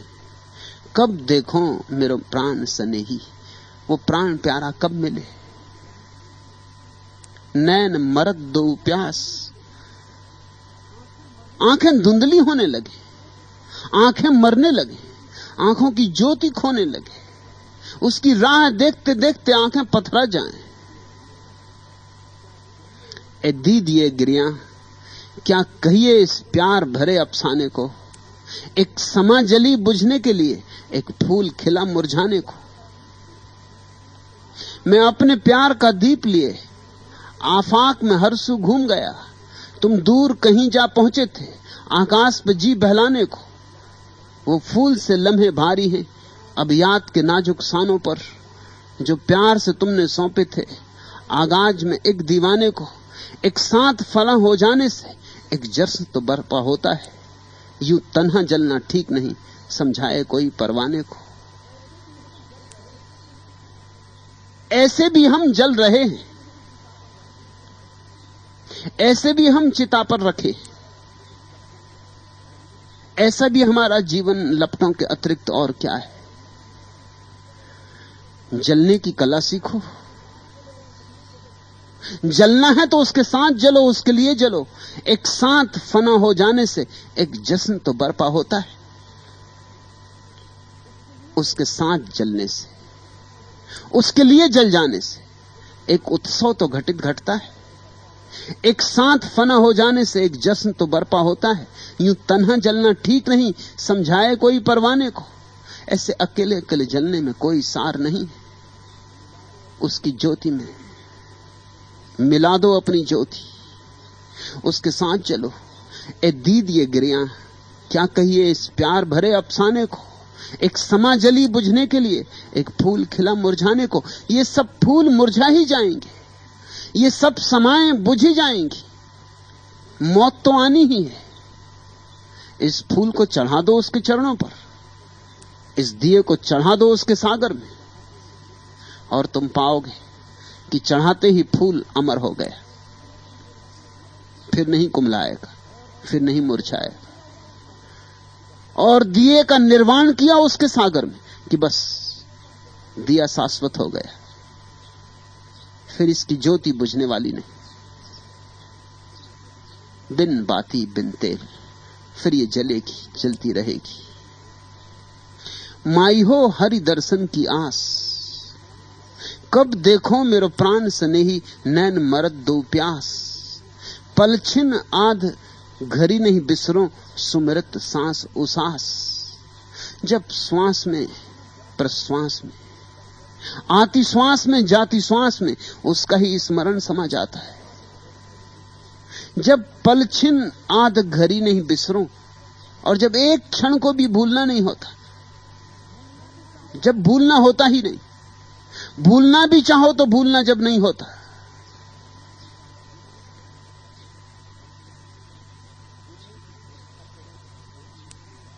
भूलने की चेष्टा करो तो भी उसकी याद ही आती। दास्ताने सबे गम किस्साए तुलानी है, मुख्तसर यह है कि तूने मुझे बर्बाद किया। हो न हो दिल को तेरे हुस्न से कुछ निस्बत, जब उठा दर्द तो क्यों मैंने तुझे याद किया। 24 घंटे याद भी उठेगी, दर्द भी उठेगा, और दर्द मीठा है, और दर्द बड़ा प्यारा है। उसके विरह में भी बड़ा सुख है, और संसार के मिलन में भी बड़ा दुख है। संसार में सफल हो जाने में भी कुछ नहीं मिलता, और उसके साथ विफल हो जाने में भी सब कुछ मिल जाता है।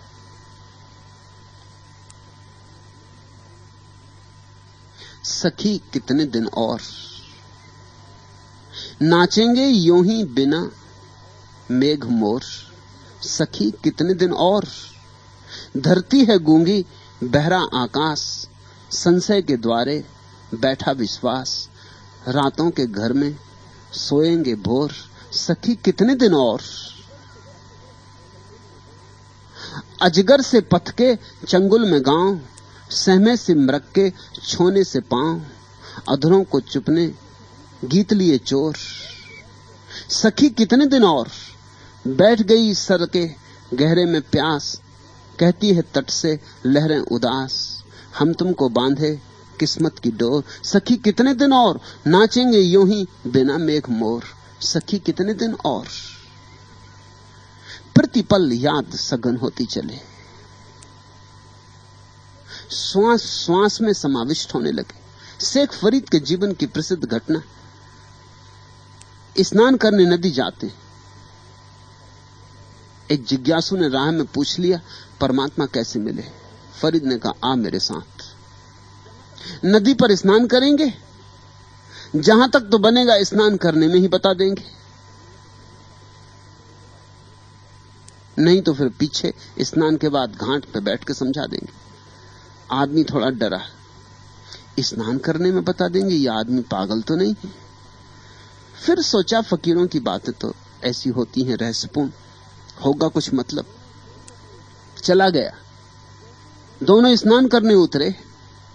जैसे ही उसने डुबकी मारी जिज्ञासु ने कि फरीद उसके सिर पर सवार हो गया, उसे दबाए पानी में, उसे निकलने ना दे।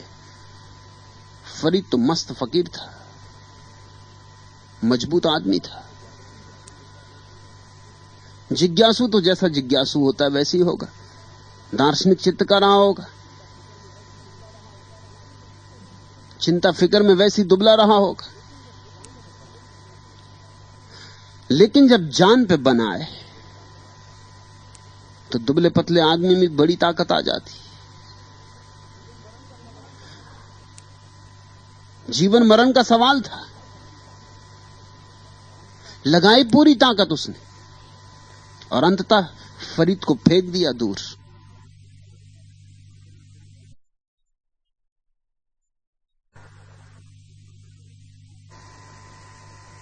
जैसे ही बाहर निकला, थमथमाया चेहरा, आंखों में खून क्रोध का। फरीद ने कहा कुछ समझे? उत्तर समझ में आया? उसने कहा कहां का उत्तर? ये उत्तर? शक मुझे पहले ही हुआ था,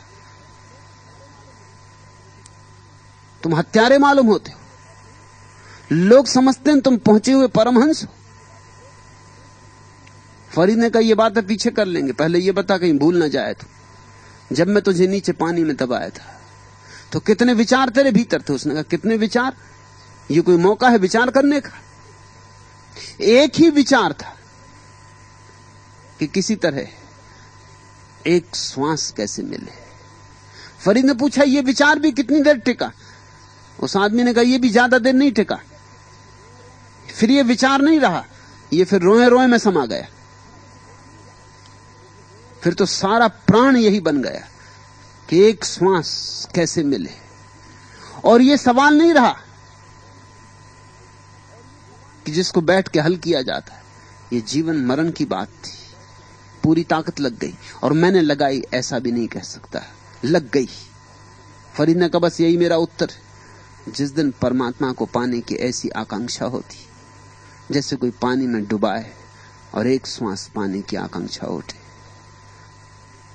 और ख्याल तो करो जरा, मौत तुम्हें ऐसे ही तो पानी में दबा रही, मौत तुम्हारी छाती पे सवार है,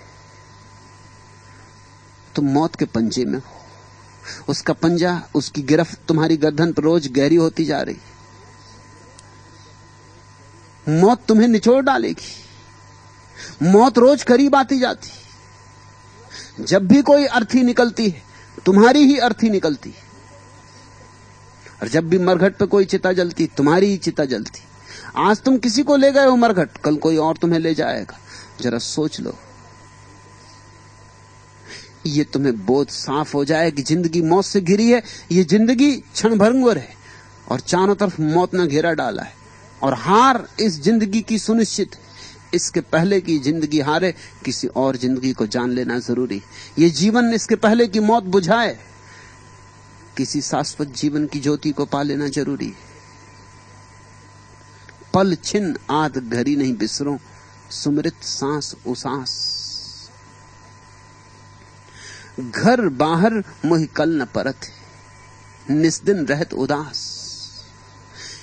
यह सोच सोचत मोह सजनी, सुके रगत रुमास। मेरा सब सूख गया, देह अस्थि पंजर हो गई, मांस मज्जा सूख गई। सुंदर विरहन कैसे जिए, विरह विथा तंत्रास।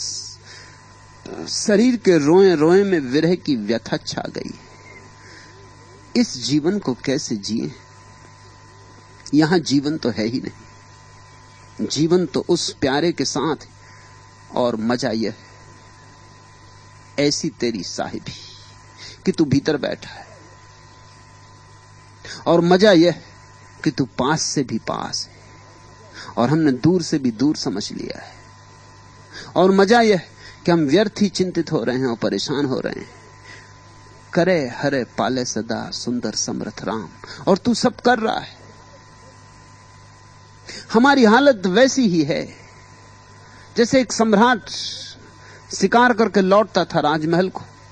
रास्ते में उसे एक बूढ़ा लकड़हारा मिल गया। दया आ गई सम्राट को। बूढ़ा बिल्कुल थका मांदा चल रहा था, लकड़ी का बोझ लिए बिठा लिया अपने रथ में। बूढ़ा बहुत सकचाया। बहुत सम्राट ने कहा कि बैठ जा, घबराने की कोई जरूरत नहीं, लेकिन स्वर्ण रथ पर सवार होना। उसने कहा कि नहीं नहीं महाराज, आप कैसी बात करते। आखिर मजबूरी में सम्राट को आज्ञा देनी पड़ी। चढ़ता है बुढ़े कि नहीं तो गर्दन उतरवा दूंगा। तब कहीं वो चढ़ा, मगर चढ़ के भी बैठा तो भी अपनी गठरी लकड़ियों के अपने सिर पर रखे बैठा रहा। रथ चला। सम्राट ने कहा तू ये गठरी नीचे क्यों नहीं रखता। उसने कहा कि नहीं मालिक, मुझे बिठाया यही क्या कम, अब और गठरी का बोझ भी आपके रथ पे डालूं। नहीं नहीं, ये मुझसे ना हो सकेगा। तुम बैठे हो, गठरी सिर पर रखे हो, बोझ तो रथ पे पड़ ही रहा है। जो हमें जिला रहा है, जो हमारी सांस चला रहा है, सब बोझ उसी पर है। तुम नाहक बीच में बोझ लिए बैठे हो। ये गठरी उतार कर रख दो। खरे हरे पाले सदा सुंदर समर्थ राम। सभी ते न्यारो रहे, सब में जिनको धाम। वही कर रहा है, तुम चिंता ना लो, तुम निश्चिंत हो जाओ। भक्त ही जानता है निश्चिंता का रस। आज की दुनिया में जो इतनी चिंता दिखाई पड़ती, उसका कारण तुम देखते हो। उसका कारण सिर्फ एक है, भक्ति खो गई, श्रद्धा खो गई, परमात्मा से नाता खो गया। बैठे अब भी हम उसके ही रथ में, लेकिन पहले भक्त बैठे थे, वो पोटली नीचे उतार कर रख देते थे। हम भी उसके रथ में बैठे, मगर हम रथ को मानते ही नहीं। पोटली को नीचे उतार के कैसे रखें, हम अपने सिर पर रखे हुए। पूरब से भी ज्यादा पश्चिम में चिंता और घनी हो गई, क्योंकि पश्चिम में परमात्मा से संबंध और भी टूट गया है। निश्चिंत तो वही हो सकता है जिसे ये स्पष्ट बोध है कि वह मालिक सब संभाल रहा है। मैं उसकी आज्ञा से जो करवाए किए जाऊं। उठाए तो उठूं, बिठाए तो बैठूं, चलाए तो चलूं। मुझे अपना भार अपने ऊपर लेने की कोई भी जरूरत नहीं। जो चांद तारों को चला लेता है, वो मेरी छोटी सी जिंदगी को ना चला पाएगा। इस छोटी सी प्रतीति के सघन होते ही तुम्हारे जीवन में क्रांति घट जाती, विश्राम आ जाता है, विराम आ जाता है। चिंता गई, चिंता की बदलियां छट गई, निश्चिंता का सूरज निकल आया। और जो निश्चिंत है वही भोग सकता है जीवन के रस को। चिंता तो खाए जाती है, चिंता तो चिता बन जाती है। नाच सकता है वही वृक्षों के साथ, तारों के नीचे, सूरज की किरणों में, पक्षियों के साथ। नाच सकता है वही जिसके ऊपर कोई बोझ नहीं, जो निर्भर है। परमात्मा मनुष्य को निर्भर करने की प्रक्रिया है। धर्म मनुष्य को निश्चिंत करने का विज्ञान है। जैसे जैसे धर्म खोया वैसे वैसे आदमी बीमार और रुग्ण हुआ। अब तो उसकी छाती में सिवाय रोगों के और कुछ भी नहीं बचा है। आदमी बिल्कुल खोखला हो गया। जिम्मेवारी किसी और की नहीं। तुम जरा ऐसे भी तो जी के देखो।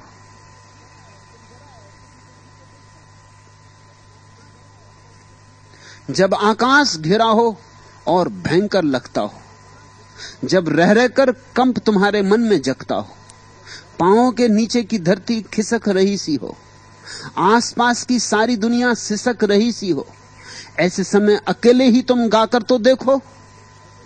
तूफानों पर अपने स्वर को छाकर तो देखो। कंठ खोलकर गाने से सब संभव होता है। हाहाकार बदलकर बरबस कलरव होता है। जड़ में चेतन में स्वर अंकुर फूट फैलते हैं और कि उसके स्वर लल्लत कर टूट फैलते हैं। इतना गलत प्रभात कभी भी उगा नहीं कहीं, जिसकी संध्या में पंछी की स्वर झंकार नहीं। ऐसे समय अकेले ही तुम गाकर तो देखो। दुनिया तो अधार्मिक है। अब तो तुम्हें गाना होगा तो अकेले गाना होगा। जब आकाश घिरा हो और भयंकर लगता हो, और ऐसा आकाश भयंकर कभी भी नहीं लगता था जैसा आज लगता है। जब रह रहकर कंप तुम्हारे मन में जगता हो और आदमी कंपित हो रहा है, आदमी चिंतातुर है, आदमी संतापग्रस्त है। जब रह रहकर कंप तुम्हारे मन में जगता हो, जब आकाश घिरा हो और भयंकर लगता हो, पांवों के नीचे की धरती खिसक रही सी हो। जरा गौर तो करो, पैर के नीचे की धरती खिसक ही गई है। रेत पर तुमने महल बनाए थे, सब गिरने के करीब आ गए। आसपास की सारी दुनिया सिसक रही सी हो। जरा गौर से सुनो, सबके हृदय घावों से भरे, सबके चित्त प्राण दुखी। यहां कौन आज सुखी है? आज किसके कंठ में गीत है, किसके पैरों में नृत्य? आज कौन है जो उत्सव मना रहा है? गए वे दिन जब उत्सव थे, गए वे दिन जब रास था, रंग था। गए वे दिन। अब आदमी जैसे आखिरी सांसें गिन रहा है, अपनी मरण सैया पर पड़ा है। जब आकाश घिरा हो और भयंकर लगता हो, जब रह रहकर कंप तुम्हारे मन में जगता हो, पांवों के नीचे की धरती सिसक रही सी हो, आसपास की सारी दुनिया सिसक रही सी हो, ऐसे समय अकेले ही तुम गाकर तो देखो। तूफानों पर अपने स्वर को छाकर तो देखो। थोड़ा भक्ति का उमगाओ रस, थोड़ी याद करो प्रभु की, थोड़ा भीतर टटोलो। साक्षी का संस्पर्श हो जाए तो क्रांति हो जाती। इसी पृथ्वी पर स्वर्ग उतर आता है। इसी देह में बुद्धत्व का अवतरण होता है। इसी देह में, इसी माटी की देह में अमृत के दर्शन होते हैं। इसी मृत्यु से भरे जगत में शाश्वत का दिया जलता है। इस स्वर को उठाओ, इस गीत को जगाओ। इसको बिना जगाए मत जाना, इसको बिना गाए मत जाना, अन्यथा प्रभु को क्या उत्तर दोगे? कैसे उसके सामने खड़े होगे?